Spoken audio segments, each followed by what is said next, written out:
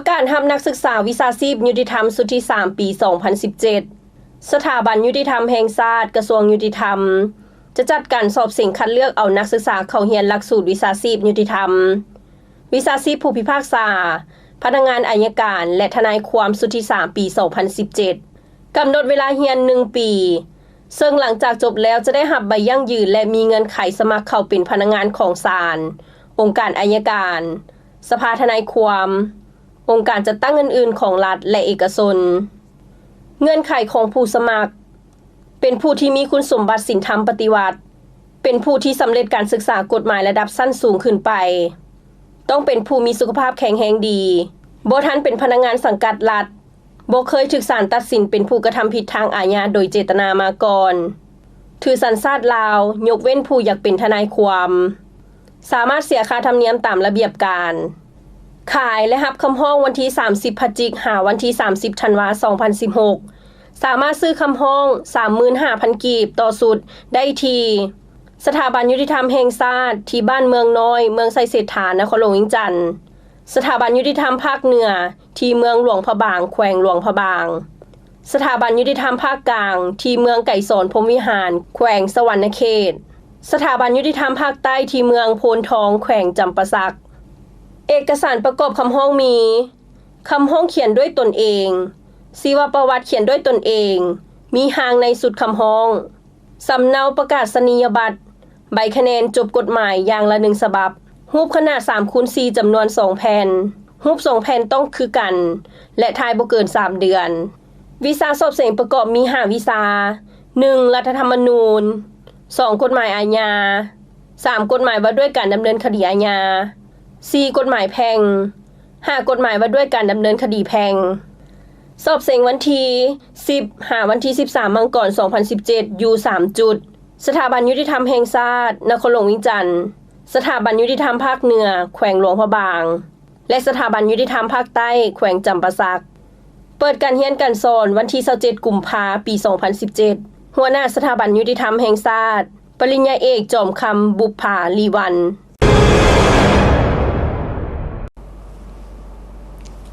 สบายดีท่านผู้ชมที่เคารพนำพาทานกับสู่ระยะการสนทนาเกี่ยวกับกฎหมายพบข้าพเจ้าออนคำไซวงศ์รับหน้าที่ในการดำเนินการสนทนาในมื้อนี้พวกเขาจะสนทนาเกี่ยวกับเวียกงานแก้ไขข้อขัดแย้งทางด้านเศรษฐกิจ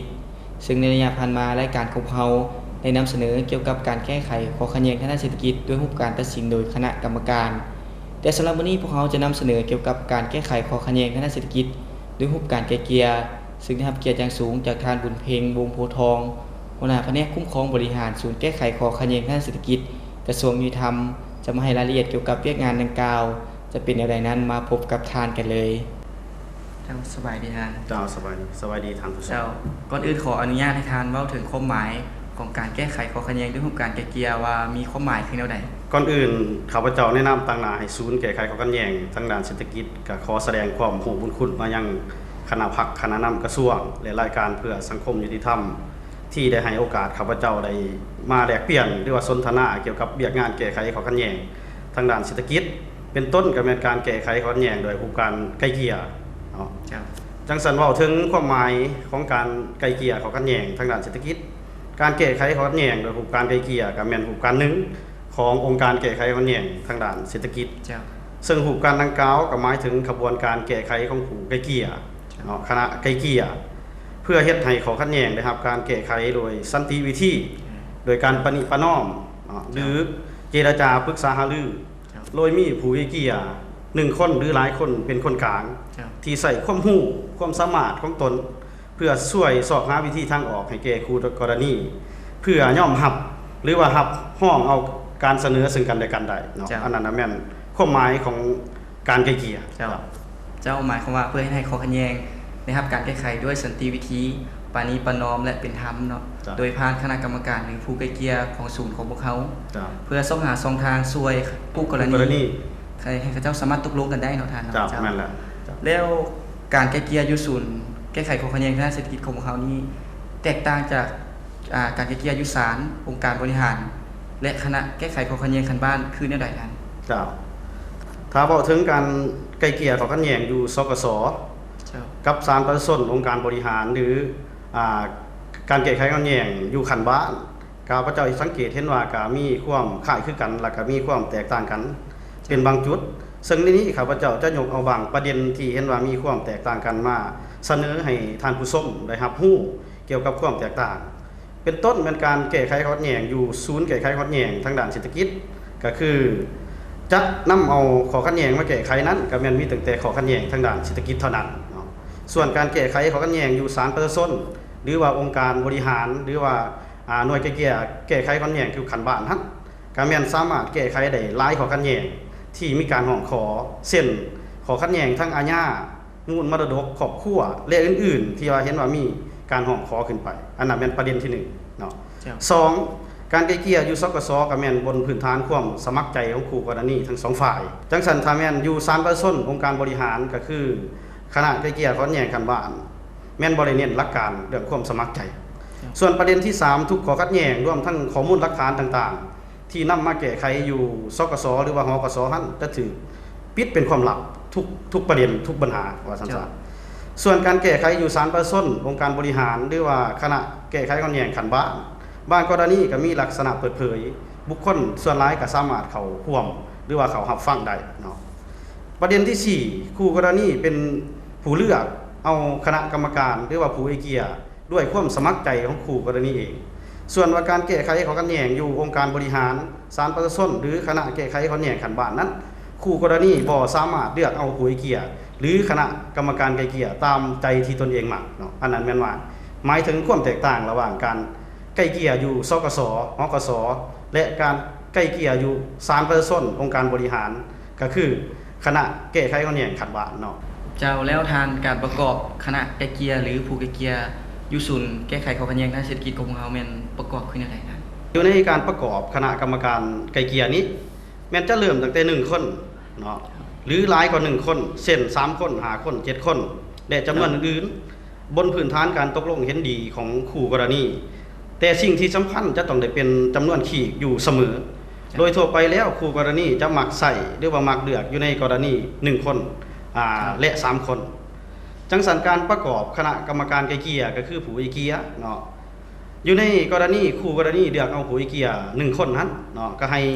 คู่กรณีตกลงเป็นเอกภาพเลือกเอาผู้ไกลเกลี่ย1คนภายในกำหนดเวลา15วันถ้าหากเลือกบ่ได้หรือเลือกบ่ทันสกสหรือหกสจะเป็นผู้เลือกให้ในกรณีที่คู่กรณีเลือกเอาการไกลเกลี่ยโดยคณะกรรมการ3คนนั้นคู่กรณีแต่ละฝ่ายเลือกเอาผู้ไกลเกลี่ยฝ่ายละ1คนภายในกำหนดเวลา15วันเนาะนับแต่วันที่ตกลงนั้นเป็นต้นไปหลังจากนั้นถ้าหากคู่กรณีหากเลือกบ่ได้หรือเลือกบ่ทันสกสหรือหกสก็สิเป็นผู้เลือกให้ภายในกำหนดเวลา10วันเนาะเจ้าหลังจากนั้นคณะกรรมการก็คือผู้ไกลเกลี่ยทั้ง2คนที่คู่กรณีเลือกได้หั่นจะไปเลือกเอาอีกบุคคลที่3มาเป็นประธานการไกลเกลี่ยส่วนกำหนดเวลาก็แม่นอยู่ในกำหนดเวลา15วันเช่นเดียวกันในกรณีที่2คนหากเลือกบ่ได้อยู่ในภายในกำหนดเวลา15วันนั้นสกสหรือหกสจะเป็นผู้เลือกให้ภายในกำหนดเวลา10วันเนาะหลังจากนั้นสกสหรือหกสก็จะดำเนินการแต่งตั้งผู้ไกลเกลี่ยหรือว่าคณะกรรมการไกลเกลี่ยภายในกำหนดเวลา7วันนับแต่วันที่ได้รับรายชื่อของผู้ไกลเกลี่ยจากคู่กรณีหรือว่านับตั้งแต่วันที่สกสหรือหกสได้เป็นผู้เลือกให้นั้นเป็นต้นไปเจ้าอันนั้นเป็นวิธีการเจ้าถือว่าการประกอบคณะกรรมการไกลเกลี่ยหรือผู้ไกลเกลี่ยเป็นอีกตามการตกลงดีของคู่กรณีเนาะถือว่าเป็นจำนวนขีดอยู่เสมอแล้วการดำเนินการไกลเกลี่ยข้อขัดแย้งนั้นทางศูนย์ของเราได้ดำเนินไปคือแนวใดครับเจ้าภายหลังที่ได้มีการแต่งตั้งผู้ไกลเกลี่ยหรือคณะกรรมการไกลเกลี่ยแล้วก็เข้าสู่ขั้นตอนการดำเนินการไกลเกลี่ยจังสันอยู่ในการดำเนินการไกลเกลี่ยจะต้องดำเนินภายในกำหนดเวลา15วันนับแต่วันที่ได้แต่งตั้งผู้ไกลเกลี่ยหรือว่าคณะไกลเกลี่ยเป็นต้นไปโดยส่องหน้าคู่กรณีทั้ง2ฝ่ายหรือผู้ต่างหน้าที่ได้รับมอบหมายเนาะถูกต้องตามกฎหมายจังสันอยู่ในกำหนดเวลาที่ได้กำหนด15วันนั้นก็บ่หมายความว่าการดำเนินจะต้องได้ให้สำเร็จเนาะมันหมายความว่าภายหลังที่ผู้ไกลเกลี่ยหรือว่าคณะกรรมการไกลเกลี่ยได้รับการแต่งตั้งแล้ว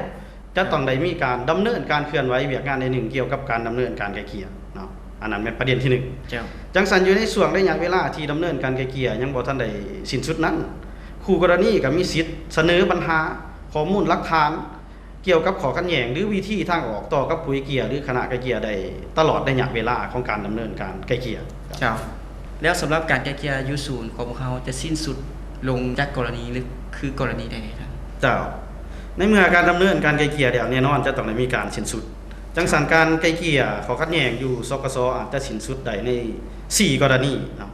กรณีที่1คู่กรณีสามารถตกลงกันได้หมายความว่าผ่านการดำเนินการไกลเกลี่ยอยู่สกสคู่กรณีสามารถตกลงกันได้หรือว่าสามารถยอมรับเอาข้อเสนอซึ่งกันและกันได้ได้ถือว่าผลของการไกลเกลี่ยนั้นสามารถนำไปจัดตั้งปฏิบัติได้เนาะ2คู่กรณีฝ่ายใดฝ่ายหนึ่งหรือทั้งหมดบ่เข้าร่วมการไกลเกลี่ยโดยบ่มีเหตุผล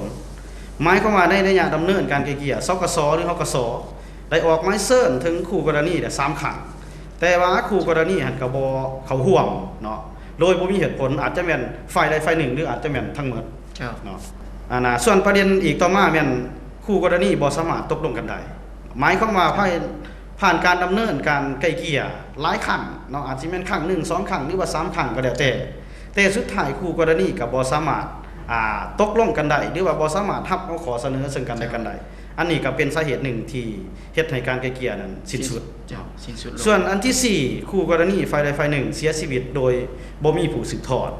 หมายความว่าอยู่ในระยะการดำเนินการไกลเกลี่ยได้มีคู่กรณีฝ่ายใดฝ่ายหนึ่งเสียชีวิตโดยบ่มีผู้ที่แสดงเจตจำนงของตัวเองขึ้นมาว่าจะสืบทอดในการดำเนินการไกลเกลี่ยนี้ต่อไปจังสันถือว่าการไกลเกลี่ยก็ถือว่าจะเป็นสิ้นสุดเนาะเจ้าถือว่าจะสิ้นสุดอยู่ใน4กรณีเนาะเจ้าแล้วสำหรับค่าใช้จ่ายในการดำเนินการแก้ไขข้อขัดแย้งในรูปการไกลเกลี่ยนี่มีค่าใช้จ่ายในใดๆครับเจ้าถ้าเว้าถึงค่าใช้จ่ายในการดำเนินการไกลเกลี่ยข้อขัดแย้งอยู่สกสก็คือฮกสโดยพื้นฐานเดี๋ยวจะประกอบมีอยู่3ค่าใช้จ่ายอันที่1ก็แม่นค่าธรรมเนียมค่าธรรมเนียมมันแม่นพันธะของคู่กรณีที่จะต้องจ่ายค่างบประมาณแห่งรัฐการเก็บค่าธรรมเนียมกับปฏิบัติตามระเบียบการเกี่ยวกับการเก็บค่าธรรมเนียมที่ประกาศใส่ในแต่ละระยะจังสันในปัจจุบันการเก็บค่าธรรมเนียมนี้ถ้าเป็นรูปการไกลเกลี่ยดำเนินการไกลเกลี่ยคู่กรณีจะต้องจ่ายฝ่ายละครึ่งเว้นเสียแต่ได้ตกลงกันไว้อย่างอื่นซึ่งในปัจจุบันนี้แม่นได้เก็บตามมูลค่าของข้อขัดแย้งที่ได้กำหนดไว้1แต่แม่นมูลค่าข้อขัดแย้ง50ล้านกีบลงมาแล้วแม่นเก็บอยู่200,000กีบหลายกว่า50ล้านหา100ล้านแม่นให้เก็บอยู่300,000กีบหลายกว่า100ล้านหา500ล้านกีบแม่นให้เก็บอยู่500,000กีบหลายกว่า500ล้านถึง1ตื้อหรือว่า1,000ล้านแม่นเก็บอยู่1ล้านกีบหลายกว่า1ตื้อขึ้นไปแม่นเก็บอยู่2ล้านเนาะอันนั้นแม่นเกี่ยวกับค่าธรรมเนียมกับการเก็บค่าธรรมเนียมที่ได้กำหนดไว้ในปัจจุบันส่วนอันที่2แล้วแม่นค่าบริการในการดำเนินการไกลเกลี่ยมันแม่นค่าใช้จ่ายที่คู่กรณีจะต้องได้นำเอาเงินมาวางไว้อยู่สกสหรือฮกสเนาะก่อนการดำเนินการไกลเกลี่ยก็หมายความว่าได้มาวางไว้ในมือที่ยื่นคำร้องนั้นเพื่อใช้จ่ายเขาในการไกลเกลี่ยข้อขัดแย้งดังกล่าวเป็นต้นแม่นค่าส่งหมายเชิญเนาะค่าสำเนาเอกสารค่าจัดของประชุมและอื่นๆค่าบริการแม่นเก็บตามระเบียบการเกี่ยวกับค่าบริการที่ประกาศใส่ในแต่ละระยะปัจจุบันนี้ก็แม่นได้เก็บอยู่ในอัตรา 150,000 กีบต่อ1ข้อขัดแย้งและให้ผู้ยื่นคำร้องนั้นเป็นผู้จ่ายก่อนในมือมายื่นคำร้องนั้นว่าสั้นๆเนาะส่วนอันที่3ล่ะแม่นค่าแรงงานของคณะกรรมการไกลเกลี่ยนี้มันแม่นค่าแรงงานในการเคลื่อนไหวเวียกงานการดำเนินการไกลเกลี่ยหรือค่าแรงงานของผู้เสียสร้างและค่าแรงงานอื่นๆที่จำเป็นเกี่ยวกับการดำเนินการแก้ไขโดยรูปการไกลเกลี่ยนี้ค่าแรงงานมันแม่นการตกลงของคู่กรณีกับผู้ไกลเกลี่ยหรือคณะกรรมการไกลเกลี่ยโดยผ่านสกสแต่เพื่อความสะดวกให้แก่การดำเนินการแก้ไขข้อขัดแย้งก็คือด้วยรูปการไกลเกลี่ยนี้จังสันแม่นให้คู่กรณีนั้นนำเอาเงินค่าแรงงานดังกล่าวที่ได้ตกลงกันได้มาวางไว้อยู่สกสก่อนการดำเนินการไกลเกลี่ยภายในกำหนดเวลา7วันนับแต่วันที่ได้ตกลงว่าจะดำเนินการแก้ไขข้อขัดแย้งโดยรูปการดังกล่าวนั้นจังสันถามว่าเรื่องความรับผิดชอบก็แน่นอนอยู่ในนี้มันก็สิมีความแตกต่างกันระหว่างความรับผิดชอบในการจ่ายให้ผู้ไกลเกลี่ย1คนให้ผู้ไกลเกลี่ย3คนอะไรอื่นๆจังสันในกรณีที่คู่กรณีเลือกเอาผู้ไกลเกลี่ย1คนค่าแรงงานของผู้ไกลเกลี่ยก็แม่นว่าคู่กรณีทั้ง2ฝ่ายนั้นเป็นผู้รับผิดชอบจ่ายร่วมกันเนาะถ้าหากคู่กรณีเลือกเอาผู้ไกลเกลี่ยหรือว่าคณะกรรมการไกลเกลี่ย3คน อยู่ในจุดนี้แม่นให้คู่กรณีแต่ละฝ่ายเป็นผู้จ่ายค่าแรงงานให้ผู้ไกลเกลี่ยหรือว่าคณะกรรมการไกลเกลี่ยที่ตนเองเลือกนั่น เนาะก็ฝ่ายตนเนาะ จากของฝ่ายตนหมายความว่าตนเป็นผู้เลือกแล้วจะต้องได้จ่ายค่า สอบ แรงงา ค่าน ใช้จ่ายค่าแรงงานของผู้ไกลเกลี่ยของฝ่ายตน เลือก เจ้า เจ้าสำหรับค่าแรงงานของผู้ที่เป็นประธานนั้นก็แม่นเป็นความรับผิดชอบของผู้ไกลเกลี่ย2ท่านที่ถูกเลือกได้นั้นเป็นผู้จ่ายให้ว่าจังซั่นแม่นวิธีการจ่ายหรือว่าวิธีการชำระอยู่ในค่าแรงงานของผู้ไกลเกลี่ยหรือว่าคณะกรรมการไกลเกลี่ยเจ้า สุดท้ายนี้อยากให้ทานฝากคำคิดกับเห็นถึงทานผู้ชมที่มีความสนใจเกี่ยวกับเวียกงานแก้ไขข้อขัดแย้งทางด้านเศรษฐกิจจะสามารถติดต่อพัวพันได้ได้ท่าน เจ้าถ้าหากว่าท่านใดหากมีข้อขัดแย้งหรือมีความสนใจอยากรับรู้เกี่ยวกับเวียกงานแก้ไขข้อขัดแย้งก็สามารถติดต่อพัวพันได้โดยตรงที่ศูนย์แก้ไขข้อขัดแย้งทางด้านเศรษฐกิจกระทรวงยุติธรรมหรือโทรสอบถามตามหมายเลขโทรศัพท์021 415526 452 404สำหรับอยู่ท้องถิ่นก็คือบรรดาแขวงก็สามารถติดต่อพัวพันได้ที่ห้องการแก้ไขข้อขัดแย้งทางด้านเศรษฐกิจอยู่บรรดาแขวงในปัจจุบันเช่นแขวงผงสะดีอุดมไส้ดวงน้ำท่าหัวพันเสี่ยงขวงดวงเขาบางเวียงจันทน์ขมวนสวรรณเขตสารวัตรและก็จำปาสักสำหรับบรรดาแขวงที่ยังบ่ทันได้มีของการแก้ไขข้อขัดแย้งสร้างตั้งขึ้นหั้นถ้าหากมีข้อขัดแย้งเกิดขึ้นหรือมีความสนใจอยากรับรู้เกี่ยวกับเวียกงานดังกล่าวนี้ก็สามารถไปนำใส่บริการบรรดาแขวงที่ใกล้เคียงนั้นได้หรือว่าจะมานำใส่ศูนย์แก้ไขข้อขัดแย้งที่เป็นบ่อนแก้ไขข้อขัดแย้งที่เกิดขึ้นนั้นก็สามารถเฮ็ดได้เนาะครับ สำหรับวันนี้ต้องขอบใจท่านหลายๆที่เกียรติสนทนากับทางรายการของเขาและให้คนกระจ่างแจ้งเกี่ยวกับความหมายการดำเนินและค่าใช้จ่ายในการดำเนินการแก้ไขข้อขัดแย้งเรื่องการไกลเกลี่ยและในโอกาสนี้ขออวยพรท่านจงมีสุขภาพแข็งแรงและประสบผลสำเร็จในหน้าที่เวียกงานขอบใจทั้งหมดนั้นก็แม่นการสนทนาเกี่ยวกับเวียกงานแก้ไขข้อขัดแย้งทางด้านเศรษฐกิจโดยเฉพาะแม่นการแก้ไขข้อขัดแย้งด้วยการไกลเกลี่ยและอยากฝากถึงทางผู้ชมที่ดำเนินธุรกิจแล้วมีข้อผิดพลาดหรือข้อขัดแย้งเกิดขึ้นก็ควรนำเอาข้อขัดแย้งนั้นมาดำเนินการแก้ไขอยู่ศูนย์แก้ไขข้อขัดแย้งทางด้านเศรษฐกิจเพื่อให้ข้อขัดแย้งนั้นได้รับการแก้ไขด้วยสันติวิธีปราณีประนอมและเป็นธรรมนอกจากนั้นทุกข้อขัดแย้งที่นำมาแก้ไขอยู่ศูนย์หรือห้องการแก้ไขข้อขัดแย้งทางด้านเศรษฐกิจแม้นจะรักษาเป็นความลับเพื่อบ่ให้ส่งผลกระทบต่อการดำเนินธุรกิจของทานที่พร้อมดำเนินอยู่เจ้าสำหรับช่วงสนทนาของพวกเขาก็ใกล้จะหมดเวลาลงแล้วข้าพเจ้าพร้อมด้วยแขกรับเชิญขอลาท่านผู้ชมไปก่อนพบกันใหม่สบายดี ท่านผู้ชมทั้งหมดนั้นแม่นข่าวการเคลื่อนไหวของคณะพรรคคณะนำและบรรดากลุ่มกองต่างๆอ้อมข้างกระทรวงยุติธรรมในรอบอาทิตย์ที่ผ่านมาและการสนทนาเกี่ยวกับการแก้ไขข้อขัดแย้งทางด้านเศรษฐกิจด้วยรูปการไกลเกลี่ยสำหรับท่านผู้ชมท่านใดที่มีความสนใจหรือมีข้อข้องใจอันใดเกี่ยวกับนิติกรรมต่างๆอยากให้ทางรายการของพวกเรานำมาสนทนาแลกเปลี่ยนหรือต้องการตำหนิติชมรายการของพวกเราก็สามารถติดต่อมาได้ที่เบอร์021-264-357ได้ในโมงราชการหรือจะเขียนจดหมายแล้วส่งมาทางตู้ไปรษณีย์เลขที่08ก็ได้และสำหรับท่านผู้ชมท่านใดที่อยากรับรู้บรรดานิติกรรมต่างๆก็สามารถเข้าเบิ่งได้ในเว็บไซต์จดหมายเหตุทางราชการสุดท้ายต้องขอบใจท่านผู้ชมที่ให้เกียรติติดตามรับชมรายการของพวกเราแต่ต้นจนจบท่านสามารถติดตามรับชมรายการเพื่อสังคมยุติธรรมได้ในวันและเวลาเดียวกันนี้หรือจะเข้าเบิ่งได้ในเว็บไซต์ของกระทรวงยุติธรรม www.moj.gov.la